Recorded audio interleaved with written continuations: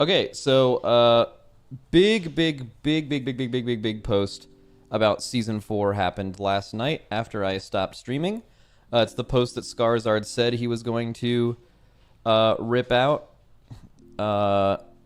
It's not everything. There's going to be like patch notes or like season 4 notes later this week that show a lot of the tuning stuff.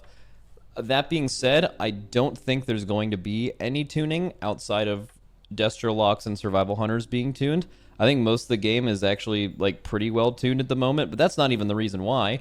It's because that season 4 was entirely developed by like 2 to 2.5 people, basically. Every single class designer is just exclusively working on Dragonflight, so it makes sense. This is just, I feel like the more people look at this as not a full, I mean, if anyone's looking at this as like a full actual patch and season, I mean, you're lost and you're setting it up for it to fail. I would be looking at it like, oh, okay, here's this thing that is just pretty much, even though it's going to probably take some work and not be perfect when it first comes out because it was developed by so few people, it's just going to cut this extremely long patch up so it's at least something new to do at the end of the expansion. And I love the way that they're doing it. I'm not going to talk about season 4 too much more before like reading this. I just think it's fucking a really cool idea, and it's just, I mean, even if it has problems and it needs to be fixed, it's just objectively better than the current season now lasting another 3 or 4 months. Again, when you are reading this and responding to it and giving your takes, keep in mind that literally all of Warcraft works on every patch. This is not a patch. It's a season, and it was the idea of 2 people. It was Scarizard's baby, right? Scarizard's like, hey, I think we can make the end of expansions more interesting. Obviously, the rest of the team is working on Dragonflight, but him and a couple other people basically did all of this, and I think that's dope. And there's going to be some issues with it, some stuff that we can give feedback on, but just approach it. Do not try to look at this as like a normal fucking patch, okay? This is not. It is made with much less people, and I think the ideas of it are great, and I think some of it can go into the next thing. So let's watch or read. Hey everyone, this will be the last major post regarding season 4, as the patch notes, which will include the tuning, by the way, will be upon us soon. So look forward to those. That said, it's clear that there have been some lingering questions and concerns surrounding season 4. So we wanted to take the time to respond to some of the most common questions in sort of a lightning round. As a heads up, if your personal question hasn't been answered yet, it's likely it has been in the other posts in this thread. So be sure to reread through them to avoid confusion. Conduits. Conduit eye levels are not increasing. It means that they'll stay at a max of 278. Again, this is likely not because they think that conduits shouldn't increase. It's more likely because with the amount of people they had working on this, it was just not feasible to implement all of the max level conduits, honestly. And also, I don't know if people actually really want to have to worry about that anyway, because it doesn't really matter. With 278 being the new normal item level for Fated raids, conduits on Fated, normal, heroic, mythic raids will drop 278. LFR will drop 265. So if you guys do not have max level conduits for whatever reason, or do not have the IO score, I think, that instantly upgrades them, you can just get them from any version of the upcoming Fated raids. Conduits aren't being added to the non-Shadowland dungeon loot pools, but Tazavesh's conduits will be similarly updated. Okay, so the non-Shadowlands dungeons, which I think is 6 of the 8 dungeons, right? Yeah, okay. The Vessel of Profound Possibilities, an item available from your Covenant vendors in Season 3 that upgraded all your conduits to eye level 278, is changing. It no longer requires Season 3 endgame achievements, but is instead purchasable by all characters for Cosmic Flux. So you can just spend Cosmic Flux regardless of all of this and just instantly get all of your alt's conduits to 278. Whole section is a banger. No problem with any of that. Legendaries and crafting. Now here's where shit gets spicy. Crafted Shadowlands legendaries will not increase in rank, staying at a max of rank 7 with item level 291 for the season.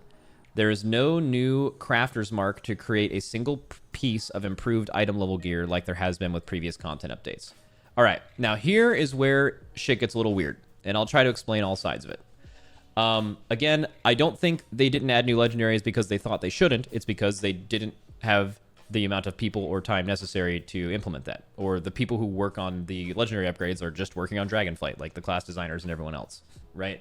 I don't think this is that big of a problem. Some people have mentioned that when you have eye level, and keep in mind this won't be instantly, this will be like a month or two down the road. There are some classes where their unity is so bad that they would actually replace it with eye level. I think this is being massively overstated because you're not just replacing it on a high level piece. You're talking about your lowest stat budget item losing an eye level of like 10 in most situations. In some cases, it's like close to 20. But it's on your lowest stat budget item and you're getting a second legendary effect, even though some of them are very poor. This is going to affect probably less than 1 or 2 specs in the game if it affects anyone. And it will be months from now. And honestly, it's not that big of a deal. Like, I don't think it's that big of a deal at all if someone decides, the one spec in the game probably decides to unequip a legendary 2 months from now just to get more eye level and potentially more throughput by unequipping. Yes, that's a little bad. I think the problem there is less what they're doing with this season and more to do with how bad some classes' Unity is. I'm imagining if they didn't add new ranks of legendaries, which also is like a gold cost for people as well, it's just because they didn't have the development people to do it. And if this is something you're going to pass on, I think it's just one of those things that seems like something that has a lot of negative sides to it, but you're just never going to think about it really in the patch. So it's of no issue. Also makes it easier for people coming back to the game to get into it, which is what I think Season 4 is great for. Currencies. Cosmic Flux will remain from Season 3 and won't disappear on season rollover. If they got rid of Cosmic Flux on the season, which is the opposite of this, that would have like caused an uproar. So I'm glad they clarified it, but also like, obviously this would be the, I mean, that would be absurd if they did the other thing. I think this is probably something where someone asked on Twitter and felt like he had to answer it, but yeah. A reminder that since our last post, there's now an item to transfer Cosmic Flux to other characters on your account at Quartermaster Vilo in Zereth Mortis. Sandworn relics will be moving to bind on account status. But otherwise receive no updates. Okay, I don't even know what Sandworn relics are, but I know that people are pogging about that, so that's a definite pog from me. Account-wide everything. Cool. Unused attendance, tokens of merit. No, I don't want you to tell me. No. You guys are telling me what it is. I probably phrased it wrong. I don't want to know what it is. I'm just telling you I don't know what it is, and I know that you guys are saying it's pog. Yeah, I don't care what it does.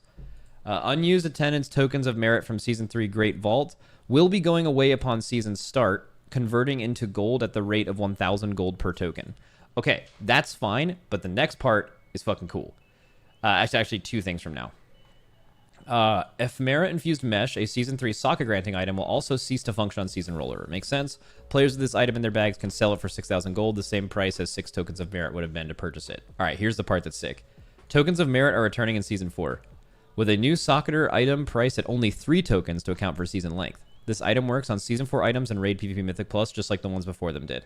So now you guys, when you don't get something from your vault you want, you get 2 socket items instead of 1. So just a much faster version of the other seasons. So very good. Mythic Plus. Mythic Plus Keystone Decay between seasons is -3 eye levels, as it has been in past seasons. For example, if your highest timed key is an 18, you'll receive a 15 key on your opening your vault or speaking to Push a T in Ouroboros when Season 4 begins. With a few exceptions, do you think Blizzard realized when they put Toss Up in the game that it was Push a T backwards? They had to have, right? I mean, it's just such a random word. With few exceptions, old dungeon items are going to retain their original stats when scaling up to Season 4. This means that primary stats on rings from WoD, trinkets with no primary stats, the Mechagon rings, and other unique items from these dungeons will all be enabled. Our intent is for this season to keep as many things from these dungeons as they were where possible. I don't know about scaling. Has anyone simmed what, like, are rings that have primary stats objectively better than ones with secondaries? Because I assume they also have much less secondaries. Is it like a class dependent thing, or are they just worse or better? Okay, people are just making stuff up. I respect, by the way, chat, I respect the fuck out of you definitely not knowing and then just making something up and just spreading misinformation. That's Giga Chad for sure. Azerite armor from King Mechagon is removed from Operation Mechagon's loot pool, of course.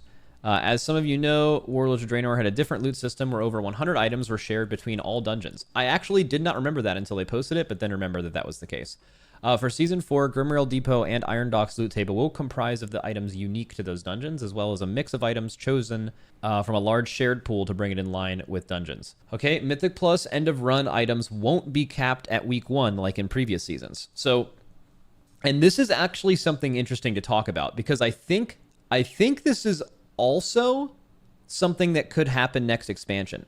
So something that happened internally, and we've talked about this a few times at the end of 9.2, is in their retcon for that patch, it was brought up about changes they've made to the game in the past, and definitely the most in 9.2, changes they made to the game and looting specifically that were to slow down the Race World First guilds and to keep them from getting gear and doing degenerate shit. They basically have decided to like never do that again.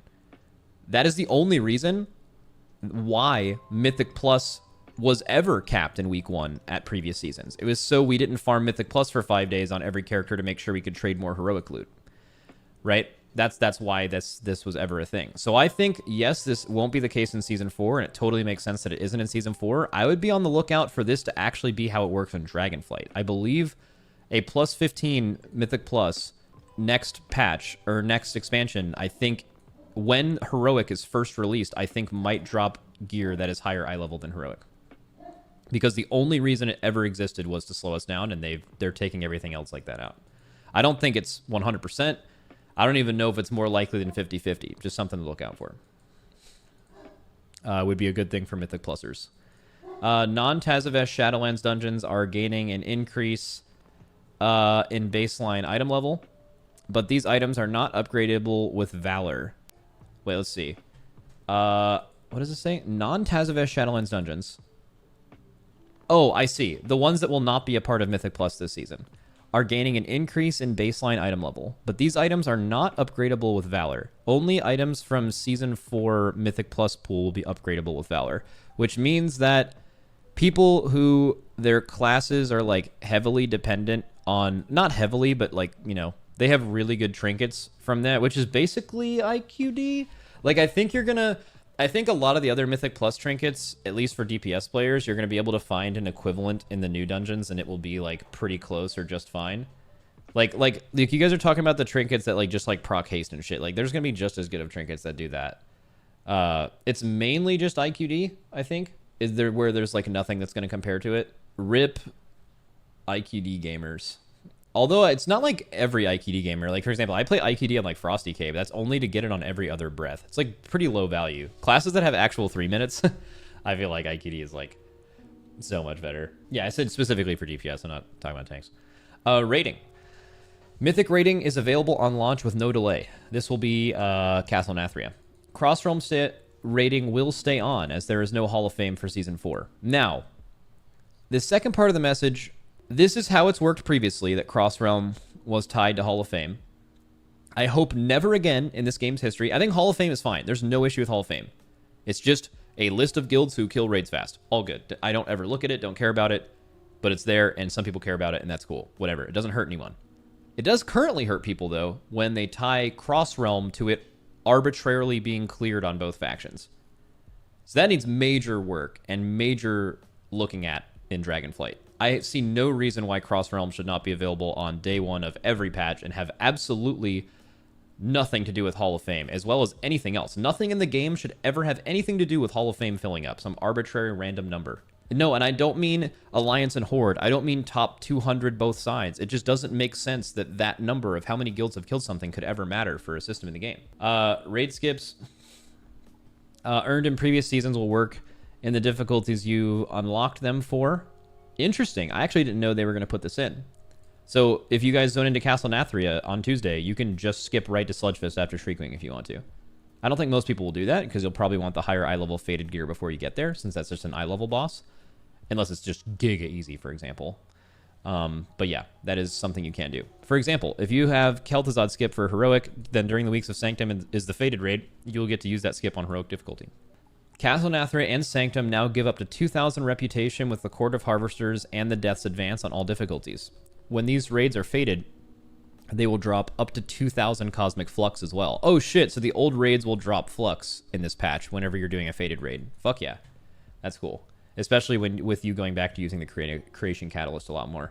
Items received from Fated Raid will maintain their Fated tag when transformed into class set armor by the Creation Catalyst, meaning that they will be also upgradable via the Heroic and Mythic upgrade currency mentioned in the original post. Oh, definitely interesting. I don't think you'd ever do this, but if you wanted to upgrade tier gear, you could just get normal gear in the patch, turn it, or heroic gear, turn it into tier, and then you could upgrade it later as well. I guess that should have been obvious, but it's now that I'm thinking about it, but I guess the clarification is good. Raid rewards. As it is a legendary weapon, not going to pronounce that, the Hunter Bow will not be available to purchase on the Broken Vendor with Dinar. Now, this is interesting. I understand that it is orange, but it's basically, like for example, the Sylvanas daggers are not legendary, but they're better than the bow. So, like, what does legendary even mean? Is it just because it's orange? Like, I don't understand that at all. The bow is being made into be purple. Yeah, actually, I don't understand this. I don't understand why this is. Oh, it's not orange. It's, yeah.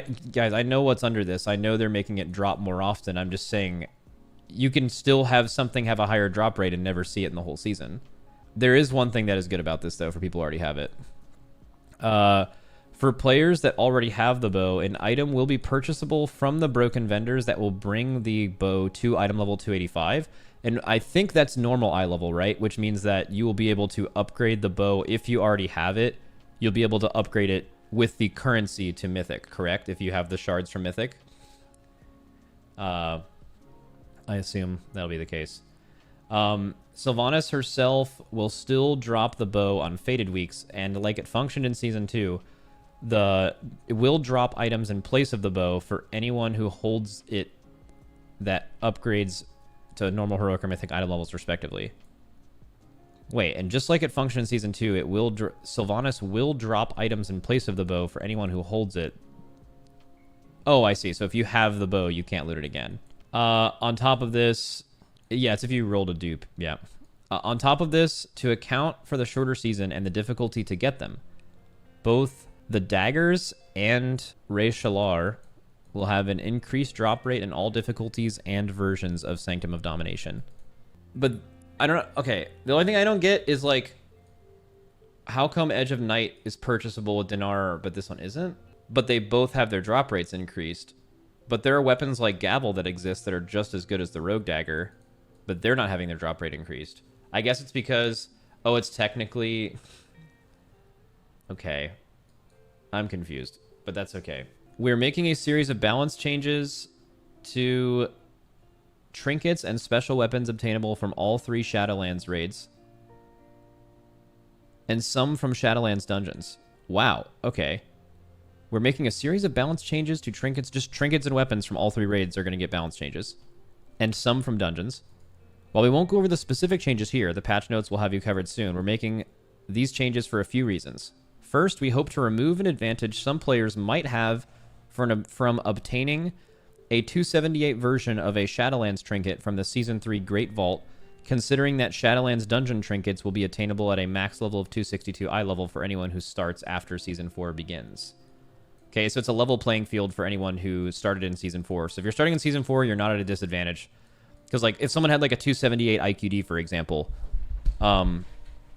they don't want you to... be able to have something over someone else. So specifically Shadowlands dungeon trinkets. Does that mean they're going to make...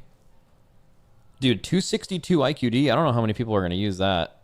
I don't know how I feel about this, actually.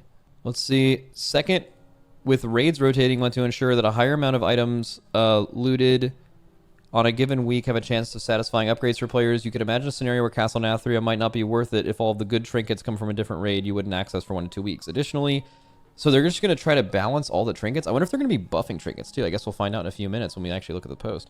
Season 4 is a unique opportunity for us to look at these items with a full season or more in hindsight, and thus able to improve ones that we felt were close power level-wise, but not quite enough to compete with popular or easier-to-acquire options. Lastly, given the limited Dinar currency, we've seen a lot of fear from players that they'd be afraid to spend them, only to have them nerfed or another item made better. We're front-loading these changes at the start of the season and intending to stay hands-off as possible, so decisions made about which items can be removed are changing dramatically. We're not going to spend too much time talking about the theory of this, because as we are reading this, they just actually posted the patch notes. And then that's all for this wrap up. And then someone mentioned, can I get the Slime Cat through Raid Finder? No, that will not be possible in Season 4. Yeah, so it's always been stated as like normal will drop the mount, heroic will drop the titles, mythic will drop the ports. All right, so Season 4 official content update and notes. They're announcing the faded powers, which we already know about. We've already talked about them on stream. I don't know if you guys care about them. We'll talk about these later. This is kind of getting off the beaten path of where we're at here. Faded raid vendors. Yeah, we already talked about that. We already talked about the dinar. We already talked about the gear. Mythic Plus, new affix shrouded. It's kind of interesting. We tested this in 9.2 PTR, and it was like giga broken. It was also multiple weeks ago, and it wasn't even supposed to be available. And so we actually have no idea what this affix is going to look like because it had a lot of issues, and they haven't like released it since. This is definitely the thing where I feel like Mythic Plus might require some tuning in the first few weeks. I don't know how much they internally tested it, but something to look at. Either way, I still think it's better than continuing our current season. Portals to Gorgon, Karazhan, and Mechagon are now available in Orbo, so we use those on the PTR. Let's see. Tazavesh, Salea's Gambit. Enemy forces have been adjusted in Gambit. Interesting. So you're going to have to kill more ads in Gambit, right? I mean, honestly, let's go. Let's fucking go. Oh, wait. Never mind. It's actually the opposite of this. It's because when we tested on Season 4 PTR, the Shrouded affix was not giving you count. So they're adjusting the enemy forces in all the dungeons, so you have to pull less total trash because the ads don't actually give you count. So they decided to just change it that way. That's what I think it is. Yeah, it's actually going to be less, so you have less enemy forces in all of these, but you'll still have to do the same amount of pulls because of the affix. Or do less pulls, ignore the guys, and yeah, there's a lot of options. Tidal Stomp damage reduced by 15%. Undertow increased the damage of Tidal Stomp by 15 instead of 25. Okay, so it's way less dangerous. The Hooktail boss, Anchor Shot, no longer scales with Fortified, and Anchor Shot damage reduced by 10%. That was doing a ton of damage in high keys. Almost one bangs you. And then Streets, I've done one time. I know nothing what this is. They just, okay, Empowered World Bosses. While the raid is faded, rewards from World Bosses linked to that raid will have their item levels increased. Oh, okay. So they're noting which ones are linked to each one. So you'll actually be able, the World Bosses will actually be made relevant again. I didn't actually know they were going to be doing that. Classes. Additional class tuning is underway. We'll update this when further adjustments are made soon. And I kind of want... apparently, they already posted this if I just refresh it, but I'm just going to go and look at the Great Vault and Raid rewards first. Let's see. All 3 Shadowlands Raid rewards will be available in the Great Vault. Great Vault rules will stay the same, and only the bosses that have been defeated that week will be available as possible rewards. Dude, the Vault is going to be wild. Only the bosses that have been defeated that week will be available as possible rewards the following week. Okay, so this also confirms a, like, an expansion-long myth and argument that people have been... Dude, I've heard so many people have so many bong cloud takes about the Great Vault. Like, oh, it's like a tiered system. Like, you know, all you have to do is kill, like, Stone Legion Generals, and then Stone Legion Generals and Denathrius are available. It's like a tier thing. Like, you have to, like, reach certain tiers, and then it's all available. And I swear the whole expansion, you've only just ever gotten bosses that you've killed from. But there are people who feel very strongly that it works differently, and this basically confirms that you can only get loot from bosses you've defeated. How does that debunk that? Because it specifically states that the Great Vault rules will stay the same, and then he explains the rules, and then he says that only the bosses that have been defeated can be available in the future in your Great Vault, which is, people absolutely do not believe that. They believe it works a different way. That's how it's stated. That's not how it actually works. You can kill Rygalon 2 months ago, and then I can kill one boss this week and get a raid, or 2 bosses and get a raid box. I can get an item from Rygalon in my vault this week. Following week just means in the future, as well as the following week. All right, Faded Castle Nathria and Faded Sanctum encounters now reward Cosmic Flux. We already talked about that. We already talked about this. Talked about this. Talked about this. Talked about this. Talked about this. Don't care about PvP, and then we need to refresh so we can see the class tuning. Druid Balance. Starfall damage increased by 15%. Developer's note. Balance AoE has gradually fallen off in recent months, we believe due to Starfall not benefiting as much as other comparable spells from increased astral power generation and haste as gear levels increase. We are looking into different solves for the future. That's what I wanted to hear. This is not the solution for the future, but now giving it a boost to better compete in the current content. That's actually pretty good.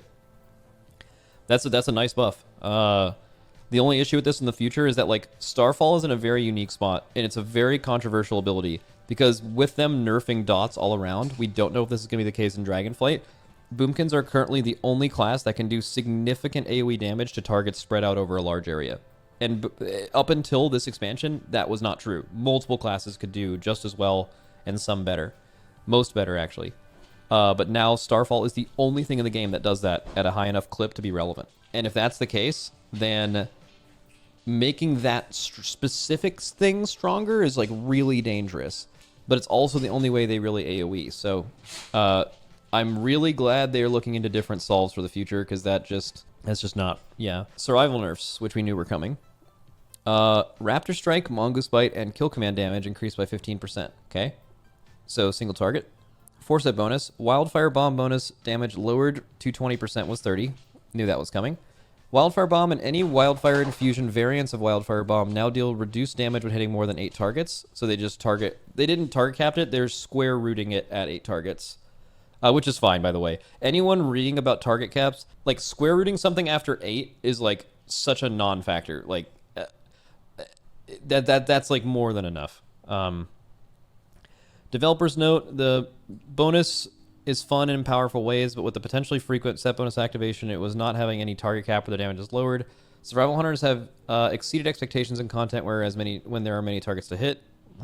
It's not as much about the target cap. It's just the set bonus interacts are fun to play with. So rather than just adjusting frequency, we're going to lower its effectiveness when playing high numbers on enemy targets. We're increasing the damage of Kill Command Raptor Strike. Dude, I feel like Survival Hunter's still gonna bang, right? Survival Hunter's like definitely still gonna bang. Yeah, good. I mean that's like the kind of nerfs you want, right? You don't want them to ruin a class that is strong. You want to keep the gameplay correct. You want to keep the gameplay still fun. And then you just want to lower the power level to a point where they're still relevant, but not too much the best to where you can't consider running something else. Reasonable nerf. Actually really impressive that they did that with so few people working on this patch, honestly. That's like one of the better nerfs this expansion to a popular class. Although the nerfs this expansion have been like really, really weird because the nerfs seem much worse than they've ever been in the history of WoW. Because classes who are the best class, not always, but typically are also because they're the best class without PI in a lot of cases, or way up there. But because they're like getting PI and because they're tuned so well, that whenever they get nerfed, they not only get that like 5% nerf, but they also lose PI priority. So it seems like they lose way more damage than they do, right? So that's always been a super weird thing to deal with in this patch, and this doesn't really affect that much. Okay, Mage, Arcane. Clear casting duration increased to 20 seconds was 15. We're increasing the duration of clear... This is a PvP concern, say less. Moving on. Windwalker. Spinning crane kick damage reduced by 5%. Developers note, we're happy with the prior single target changes that have resulted in making Windwalker a powerful option in a broad spectrum of situations. However, as a result, their total contribution ends up being slightly too strong in areas where their AoE strengths can be brought to bear. This change is not intended to remove those strengths, but ensure they're not too far ahead of the pack. They're basically... You knew they were going to nerf Windwalker because they're nerfing Destro, they're nerfing Survival, part of the like two of the three parts of the insane comp. You imagine they were going to slightly touch Windwalker. This isn't a massive nerf. Again, they're still going to be extremely good at everything they're good at now. They just tuned them down a little bit in Mythic Plus. Paladin, Protection. Buffed Protection's damage reduction. Just a baseline armor increase. Holy Shield, the talent increases your block chance to 20, was 15. That also includes magic spells. We're seeing prop paladins dying to melee damage or mixed melee and spell damage. This change is intended to improve their performance against both those damage types. That's really insane too, because they're gaining some extra block tech next expansion with an Avenger Shield talent on their tree. So giving Holy Shield baseline being better, if that stays, is pretty solid. Oh, this is fucking Pog about Shadow. This is Pog about Shadow. Pog. I'm actually reading ahead. I'm just going to move on. Prop Paladin, whatever. It's good. All right, pre-Shadow. Mind Seer damage increased by 30%. Shadow Crash talent damage increased by 25%. Searing Nightmare talent increased by 15%, but they said we're looking into Shadow's AoE toolkit for Dragonflight and want to address the concerns brought up by the community. If you guys are unsure what the concerns are of the community, it's this. Fuck Searing Nightmare. Just like this too. Okay? That's the Shadow Priest feedback. That's what they're referring to. It's a terrible, terrible designed ability. No shot you write your G's like that. We will not be flaming my writing here. You're beaked up, bud. All right, here we go. Warlock Destruction. Chaos Bolt damage increased by 5% in PvE. Incinerate damage increased by 20%. Immolate damage increased by 20%. Conflag increased by 10% in PvE combat. 4-set bonus. Blasphemy no longer grants Reign of Chaos. This was the stuff we talked about earlier. These are the same nerfs from a month ago. It's just these are now put in Season 4. By the way, I did keys with Splat on PTR with these changes, and Destra Warlocks definitely still crank. So we'll wait and see exactly what it looks like, but I imagine they will still be just fine in Mythic Plus. They're just going to be more of a 2-minute burst class instead of having the permanent damage, but they still do insanely good damage. And so it looks like I honestly could still see the best comp being Survival, Windwalker, and Destra Warlock, by the way. Maybe one changes. But the thing is it's fine if it's still the best.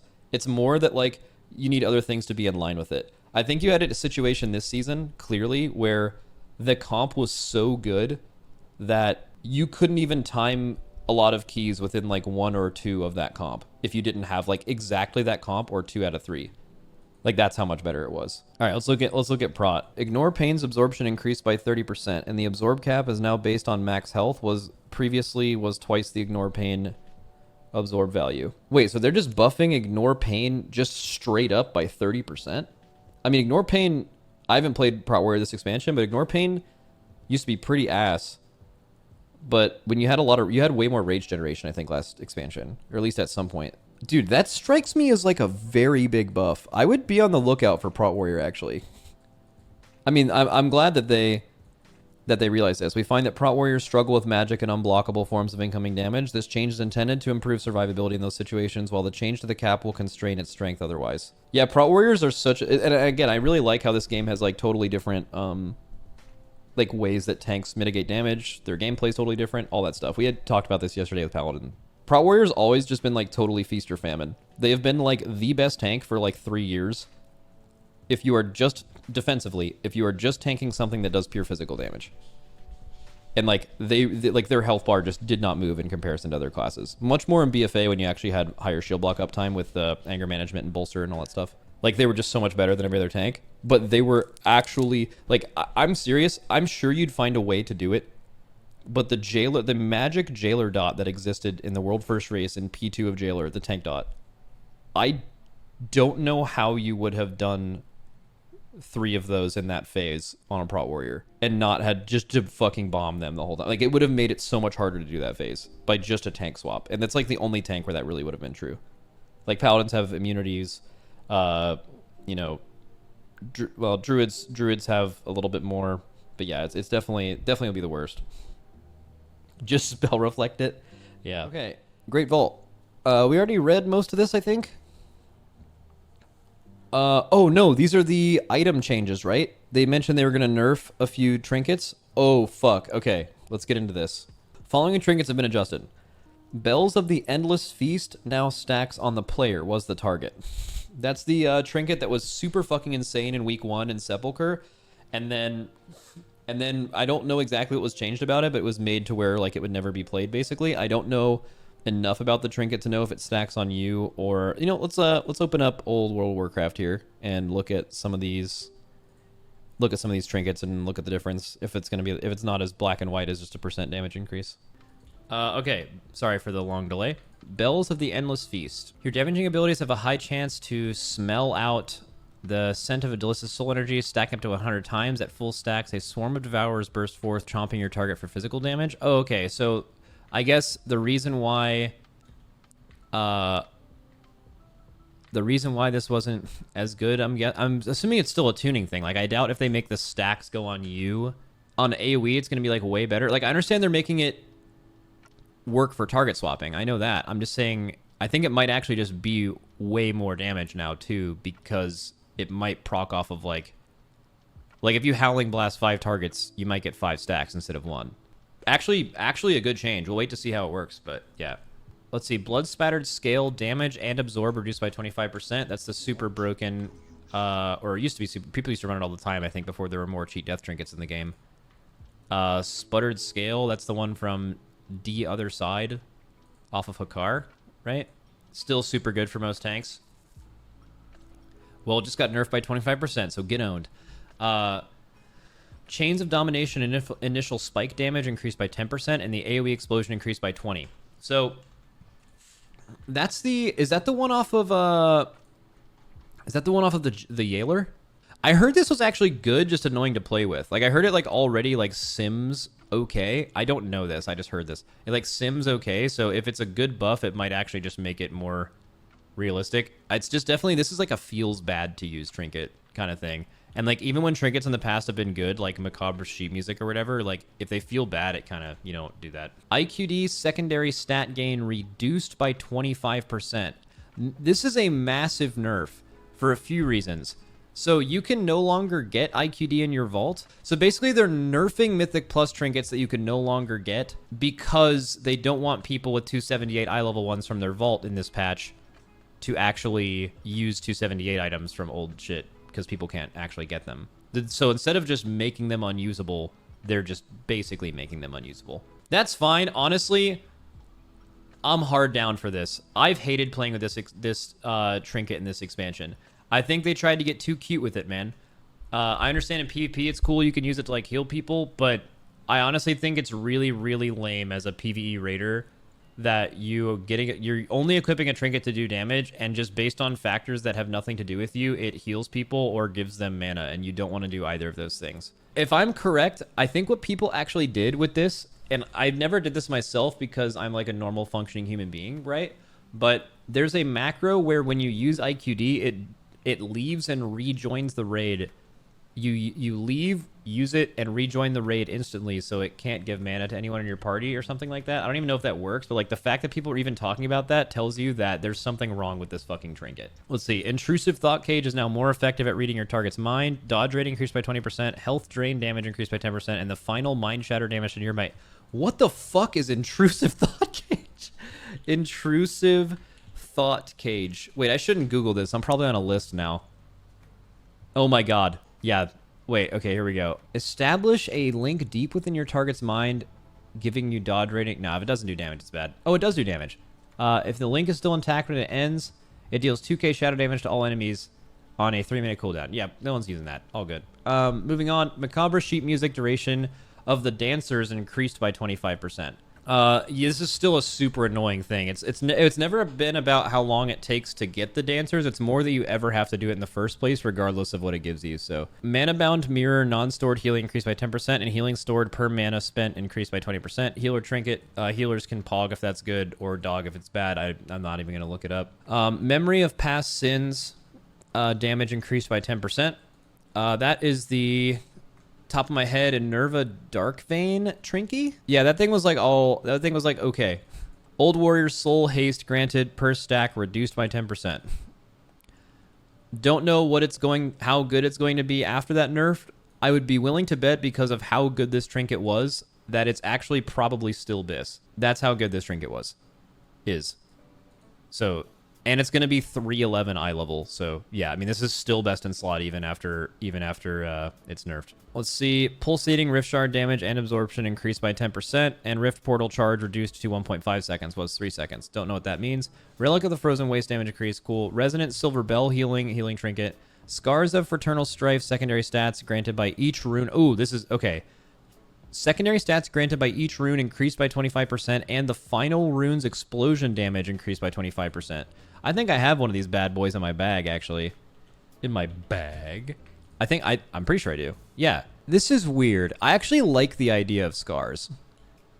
So you can say that, like, oh, I don't ever want my character to randomly be slowed or stuff like that. Yeah, it does feel bad. But the point is, it's supposed to make you feel bad, so the massive benefit you get from it makes sense. It's literally corruption.